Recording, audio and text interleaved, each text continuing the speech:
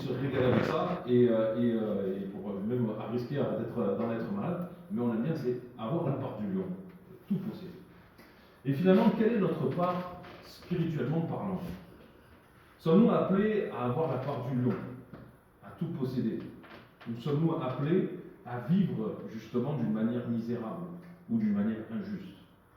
Je voudrais ce soir partager un verset. Ça va être la lecture la plus longue ce soir, Nombre 18, verset 20.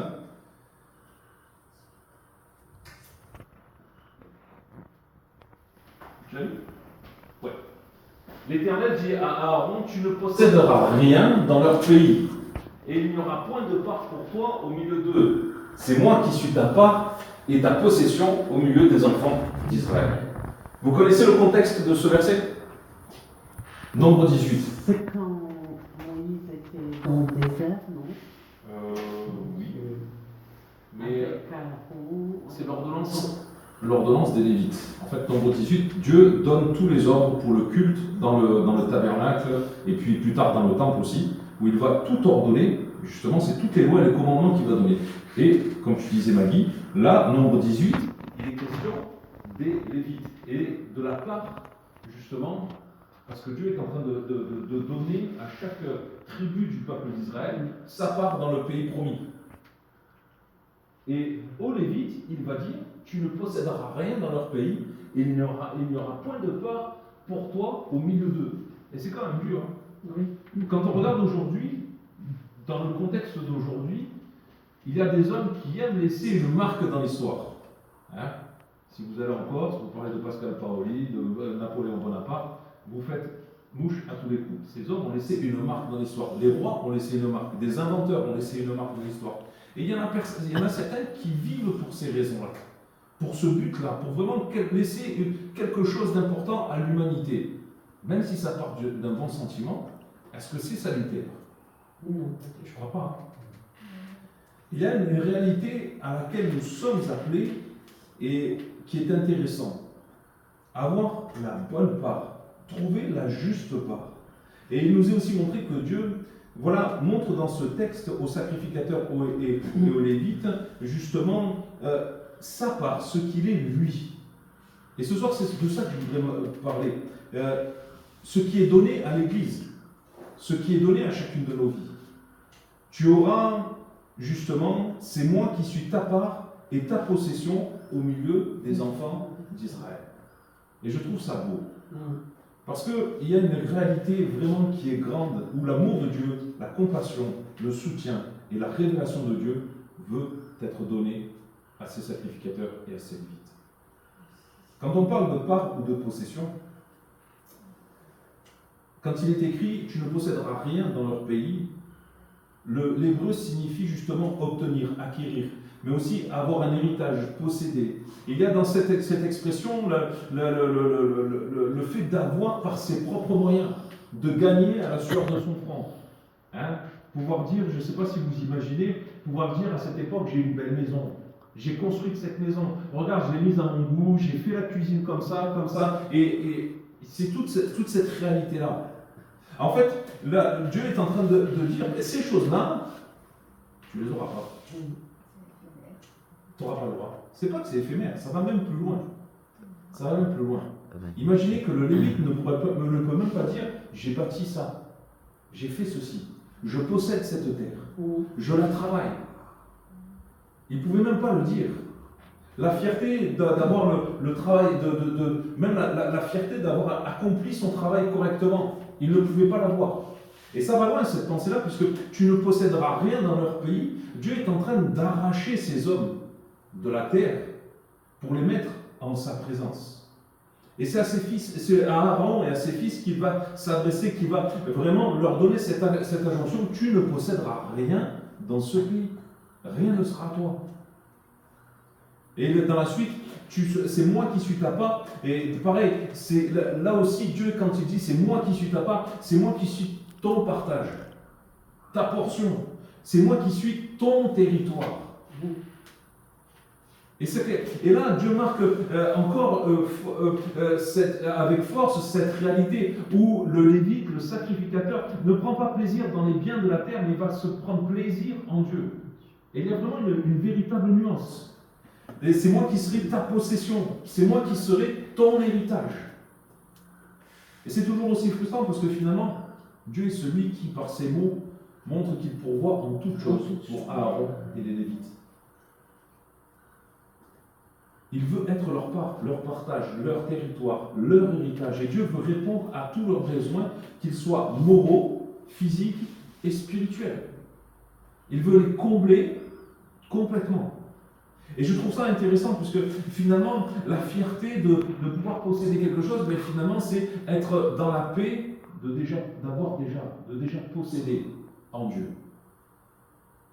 C'est la fierté d'avoir accompli un travail. Finalement, retrouver en Dieu la véritable paix, parce qu'ils ont tout en Dieu. Parce que Aaron et ses fils et Lévites étaient exclus de l'héritage commun. Dieu compense cette perte avec ce qui est à lui. Comme s'il les avait reçus dans sa main. Et on voit vraiment cet amour, cette compassion. Et ces quelques lignes me rappellent ce passage de Jacques, au chapitre 1er, versets 16 et 17. Ne vous y trompez pas, mes frères bien-aimés, toute grâce excellente, tout don parfait, descend d'en haut, du Père des Lumières, chez lequel il n'y a ni changement, ni ombre de variation. Et il y a vraiment cette grâce. Pourquoi Dieu parle ainsi? Quand on regarde ce que veut l'homme, il y a vraiment là ces réalités que l'on retrouve au travers du peuple d'Israël, dans la traversée du désert, mais aussi dans le pays promis. Combien de fois le peuple a regretté les melons d'Égypte? Sorti du pays d'Égypte, sorti de l'esclavage, et quelques temps après, les melons, ils étaient bons là. On pouvait se rassasier, on pouvait en manger, on pouvait... Oui, mais tu étais en esclave. Oui, non, mais les melons, ils étaient bons. Oui, mais tu étais tenu esclave. Oui, mais les melons, ils étaient bons. Et quand on regarde, ils étaient vraiment dans cette réalité. Quand on regarde, justement, j'en parlais, quand ils vont envoyer les espions dans le pays promis, qu'ils vont revenir avec une grappe immense. Ah ben non, c'est pas bon. Et on voit le peuple d'Israël regarder ses propres intérêts. Avec Josué, avec la prise de Jéricho, la ville qui devait être dévouée par interdit, mais quand on regarde Akan, de la tribu de Juda, qui prie les choses dévouées par interdit, il va s'en mettre plein les poches. C'est pas grave, on les a battus, on peut prendre. Et Dieu avait dit non, c'est dévoué par interdit. Et il pécha contre Dieu. J'aimerais prendre aussi l'exemple que nous donne Jésus au travers de cette parabole d'un homme qui avait beaucoup amassé et qui avait beaucoup de terre. Et où il dira, voici, dit-il, ce que je ferai, je bâtirai mes greniers, je bâtirai de plus grands, j'y amasserai toute ma récolte et tous mes biens, et je dirai à mon âme, bénis l'Éternel. Je dirai à mon âme, tu as beaucoup de biens, c'est pas mon âme bénis l'Éternel, pardon. Excusez-moi, je suis allé trop vite. Tu as beaucoup de biens en réserve pour plusieurs années. Repose-toi, mange, bois et réjouis-toi. Quand on regarde ces textes, je vais vous poser une question. Où est l'adoration? L'adoration, c'est dans l'amour, dans les biens matériels. L'adoration, c'est pour soi. Et on voit cette réalité qui est souvent montrée, ce que l'homme veut. C'est nourrir son propre cœur, ses propres pensées, s'orgueillir de ce qu'il a et de ce qu'il peut posséder.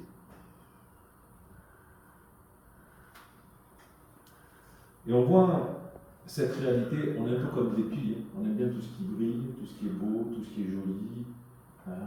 On aimerait bien peut-être, je dis dimanche matin en souriant, on aimerait bien peut-être la Porsche du voisin, même si on préfère une Maserati, on aimerait bien quand même sa Porsche. Et vous savez, on est comme ça. Et regardez un peu la manière dont on réagit en tant qu'être humain. Il me faut. Et une fois qu'on a ce que l'on a désiré, on dit finalement, ça ne suffit pas, il me faut encore. Et il me faut. Et on est toujours dans cette recherche-là. Et nous sommes comme le peuple d'Israël, parfois comme en plein désert, dans l'épreuve, parfois même à regretter les melons de l'Égypte. Mais avant, Seigneur, c'était bien. Il y avait ça de bien. Et on a cette attitude-là, finalement. Regarde, avant, tu vois, la situation elle est pire qu'avant. Avant, c'était comme ça, c'était bien. Mais regarde, la situation, Seigneur, c'est pire.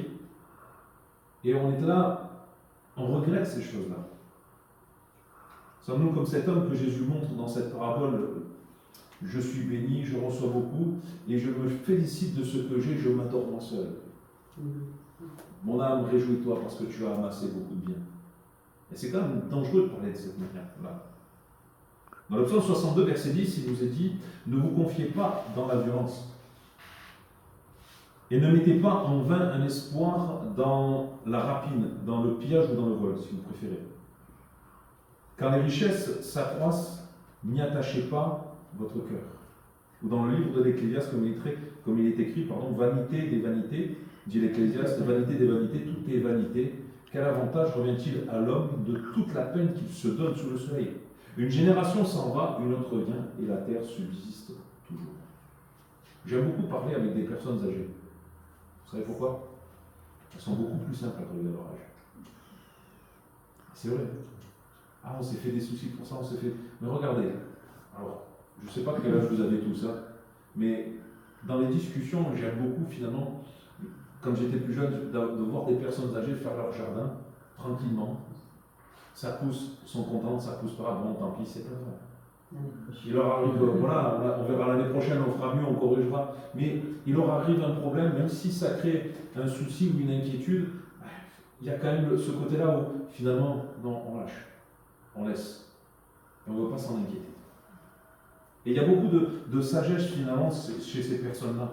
Et cette réalité que l'on retrouve, finalement, comme le dit l'Ecclésiaste, quel avantage revient-il à l'homme de toute la peine qu'il se donne sous le soleil?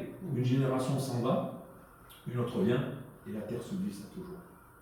Finalement, quel est l'intérêt de poursuivre? Et regardez, aujourd'hui, si nous n'avons pas les cahiers d'histoire, si nous n'avons pas le moyen de nous rappeler ce qui s'est passé par le passé, on oublie vite les choses. Et on oublie vite les gens. Ceux qui ont accompli des exploits, ceux qui ont battu des records, on les oublie vite. Vous vous rappelez de cet homme qui a fait une chute libre depuis la stratosphère? Vous avez déjà vu, c'est pas sur les infos, vous ne l'avez pas vu? Vous voyez, ça fait plus de 5 ans.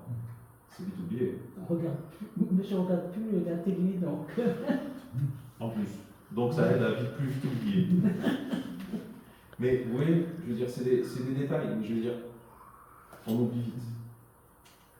Quand on regarde ce que Dieu veut, et dans le texte que nous voyons, pour Aaron, pour ses fils, pour les Lévites, il leur est donné de se contenter de Dieu et de Dieu seul.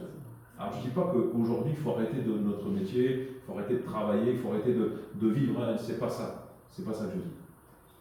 Mais il y a vraiment là cette réalité où Dieu veut être le partage des Lévites et des sacrificateurs. C'est moi qui suis ta part et ta possession au milieu des enfants d'Israël. David pouvait dire justement dans le psaume 16, verset 5, « L'Éternel est mon partage et mon calice. C'est toi qui m'assures mon lot. » Et pourtant David a été roi d'Israël. David a été riche, a possédé beaucoup de choses et il a pu faire beaucoup de choses. Mais il dira cette réalité, « L'Éternel est mon partage et mon calice. » C'est toi qui m'assures mon lot. Un homme qui avait tous les biens de la terre, qui pouvait donner des ordres, qui pouvait faire ce qu'il voulait, avait cette réalité, il adore Dieu et Dieu seul, et il en fait son partage, sa portion, sa richesse était en Dieu. Son cœur était pour Dieu. Son âme était en Dieu. Il y a cette réalité. N'ayant pas reçu pour les Lévites, justement, comme les autres tribus des territoires de Canaan, ils vivaient des dons faits à l'Éternel. Quand on regarde le Nombre 18, versets 20 à 23. Toutes les offrandes qui étaient faites, tous les dons qui étaient faits, les Lévites pouvaient en profiter. Et c'est quand même, là aussi, une grâce, puisque finalement, c'est aussi un acte de foi. Ils sont dépendants de Dieu même pour ça. Imaginez qu'ils n'ont pas la possibilité de travailler la terre. Ils étaient totalement consacrés à l'Éternel, au service du temple. Et Dieu va leur dire, je serai votre part. Et Dieu va pourvoir à leurs besoins. C'est vrai, par l'intermédiaire du peuple d'Israël, qui vont apporter des offrandes, des dîmes, justement, de tous leurs biens, de tout ce qu'ils possèdent, et cela va servir au temple. Mais vous imaginez si une année la récolte n'était pas très bonne, les Lévites peut-être s'inquiéter, se dire mais c'est un acte de foi pour ces hommes. On peut prendre aussi l'exemple de Marthe et Marie. Une seule chose est nécessaire dans Luc 10, 42. Marie a choisi la bonne part qui ne lui sera point ôtée. Marie a choisi la bonne part. Me direz-vous, Marthe avait raison quand même de bien préparer la maison. On aime recevoir les gens, on aime bien les recevoir. Mais je sais que vous recevez les uns chez les autres. Donc c'est une bonne chose, mais on aime bien recevoir. Même si c'est des amis proches ou si c'est de la famille, la maison n'est pas en désordre. Je ne me trompe pas. Non. On ne peut pas en vouloir à Marthe de dire Marthe a voulu. Ouais, la réalité en fait. Quand Marie choisit la bonne part, elle sait que Christ est le Messie. Elle sait qu'il est le Fils de Dieu. Elle vient se nourrir des biens spirituels, bien plus importants que la nourriture terrestre. Bien plus important que justement la maison rangée ou pas rangée. Et quand on regarde Jésus, même lui-même, quand on viendra lui dire dans Luc 8, versets 20 et 21, ta mère et ton frère sont dehors, ils désirent te voir. Mais il répondit, ma mère et mes frères sont ceux qui écoutent la parole de Dieu et qui la mettent en pratique. Aujourd'hui, dans nos raisonnements, c'est peut-être pas logique. Quand même, Jésus. Si on dit ça, je veux dire, devant nos enfants, quand même, comment tu parles? Ou, je veux dire, si je dis ça devant mes parents vont dire, comment tu parles? On est tes parents quand même. Mais Jésus va non pas qu'il néglige ses proches, mais il va recentrer les choses ou ramener les choses à Dieu. Toutes choses dépendent de Dieu. Encore une fois, Jésus va répondre à Satan que l'homme ne vivra pas de pain seulement, mais de toute parole qui sort de la bouche de Dieu. Et il y a ces vérités. Dieu veut, et je vous le redis comme je l'ai dit dans les fois précédentes, Dieu veut nous rendre heureux. Mais il faut que nous soyons en Dieu et que notre part soit confiée et soit en Dieu, elle aussi. Jésus le dira aux disciples, ils ne sont pas du monde, mais moi, comme moi, je ne suis pas du monde. Et encore une fois, je le redis, ce n'est pas arrêter de vivre des choses du monde ou quoi que ce soit, mais réaliser que notre part, elle est en Dieu. Notre richesse ne dépend pas de ce que l'on possède, mais elle dépend de Dieu. Notre joie, notre courage ne dépendent pas de ce que le monde peut nous offrir, des situations que l'on peut connaître, elles dépendent de Dieu. Et on voit toutes ces réalités-là. Tout comme Adam et Ève, avant que le péché n'entre en eux, ils avaient tout en Dieu. On peut reprendre cette image du jardin d'Èden, Dieu avait pourvu en toutes choses. Et regardez, ils n'avaient pas un si gros travail que ça. S'occuper du jardin, s'occuper des animaux, voilà. Et ils vivaient dans la communion avec Dieu. De la même manière, Dieu veut que nous soyons dépendants de lui. Dépendants de ce qu'il est, dépendants de ses bénédictions, dépendants de sa personne, de ses solutions, de son enseignement. Et il y a vraiment toutes ces réalités-là. Dans la suite de notre texte, dans Nombre 18, versets 22 à 23, Dieu rappelle l'importance du service que les Lévites étaient choisis pour s'occuper des choses sacrées, puisque Dieu n'admettait pas le peuple dans sa présence. Ils étaient choisis, ils étaient mis à part, consacrés pour Dieu et consacrés à Dieu. Je vais conclure simplement. Dans la première lettre aux Corinthiens, l'apôtre Paul va écrire au chapitre 7, versets 29 à 32. Voici ce que je dis, frères, c'est que le temps est court, que désormais ceux qui ont des femmes soient comme n'en ayant pas, ceux qui pleurent comme ne pleurant pas, ceux qui se réjouissent comme ne se réjouissant pas, ceux qui achètent comme ne possédant pas, ceux qui usent du monde comme n'en usant pas, car la figure de ce monde passe. Or je voudrais que vous fussiez sans inquiétude. Et encore une fois, l'apôtre Paul ne dit pas qu'il faut arrêter de se marier. Parce que certains se servent de ce texte pour dire qu'il faut arrêter de se marier, arrêter de... Non, c'est pas ça. Mais dans l'idée, c'est que l'apôtre Paul dit de ne pas dépendre de ces choses. De ne pas être dépendant de son épouse, de son époux. De ne pas être, dans la foi, je parlais, de ne pas être dépendant justement des situations, ceux qui se pleurent, ceux qui se réjouissent. C'est peut-être des mots qui sont difficiles à comprendre, mais finalement, de ne pas être dépendant de ce que l'on achète, de ne pas être dépendant des joies que l'on peut avoir dans ce monde. mais d'être dépendant de Dieu. Et l'apôtre Paul le souligne, le monde, la figure de ce monde, car la figure de ce monde passe. Et regardez, faites un bilan sur vos années précédentes et jusqu'à aujourd'hui, regardez, le monde change, il passe. Mais la parole de Dieu, elle demeure, ses vérités demeurent, sa personne demeure, sa miséricorde demeure et son amour demeure. Il dira encore au verset 35, « Je dis cela dans votre intérêt. Ce n'est pas pour vous prendre au piège, pardon. Ce n'est pas pour vous prendre au piège, c'est pour vous porter à ce qui est bienséant et propre à vous attacher au Seigneur sans distraction. » Sans distraction. Il nous faut comprendre, frères et sœurs, que nous sommes faits sacrificateurs en Jésus-Christ. Et comme les Lévites, nous sommes consacrés à Dieu. Nous sommes appelés à lui obéir, à marcher dans ses voies, à se soumettre à sa volonté, à sa conduite. C'est vrai, c'est une véritable contrainte, mais notre part ne dépend pas de ce monde. Notre part dépend de Dieu. Notre foi ne dépend pas de ce que le monde propose, mais elle dépend de Dieu. Nous sommes réellement appelés à renoncer aux biens terrestres. Il n'y a pas longtemps, j'ai discuté avec mon épouse, est-ce qu'à l'avenir on va acheter une maison, pas acheter une maison, qu'est-ce qu'on fait, est-ce que... Et mon épouse, elle me dit, ouais, mais j'ai peur que quand même on s'attache à la maison, tout ça, machin. Je dis, écoute, si on le sait très bien, on achète la maison, puis s'il faut partir, on la vend, c'est pas un problème. On l'a déjà fait par le passé, je veux dire, c'est pas un problème, on recommencera.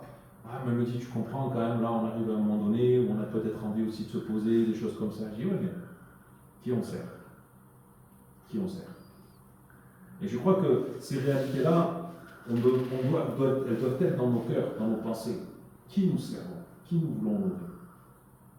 Aujourd'hui, nous avons un travail, aujourd'hui, nous avons peut-être de la santé, nous avons peut-être ces choses-là. Merci Seigneur. Mais le jour où on perd tout ça, est-ce qu'on va dire encore merci Seigneur? Est-ce que notre cœur va rester attaché à Dieu en disant mais notre vie dépend de toi, notre part dépend de toi? Parce que parfois on peut être confronté à différentes situations et se retrouver finalement dans ce dilemme en disant mais Seigneur, regarde, c'était mieux avant. Mais de qui nous dépendons? En qui nous croyons? En qui nous avons foi?